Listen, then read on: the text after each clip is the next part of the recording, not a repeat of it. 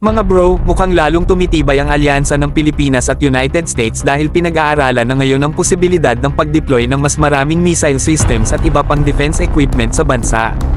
Kung matutuloy ito, malaking dagdag proteksyon ito para sa atin lalo na sa harap ng patuloy na agresyon ng China sa West Philippine Sea.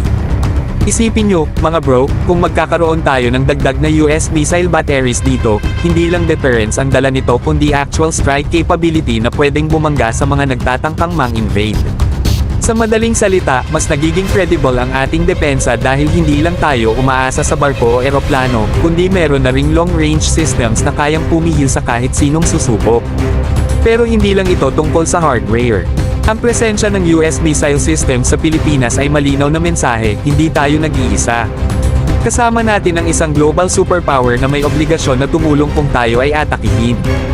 Kaya sa bawat deployment ng mga assets nila dito, tumataas ang confidence ng ating mga sundalo at pati na rin ng mga kababayan natin. At kung tutusin, mga bro, malaking bagay din ito sa modernization program ng AFP. Habang dinadala ng US dito ang kanilang missile systems at ibang defense equipment, natututo ang ating mga tropa na gamitin, intindihin, at unti-unting makakuha ng idea kung paano gumawa ng sarili. Ang tawag dyan, technology transfer by exposure. Siyempre, meron ding mga critics na baka raw maging masyado tayong dependent sa Amerika.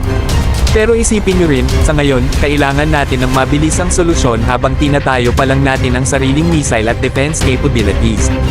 Kaya strategic talaga na samantalahin ang alok ng US habang pinapalakas natin ang sariling kakayahan.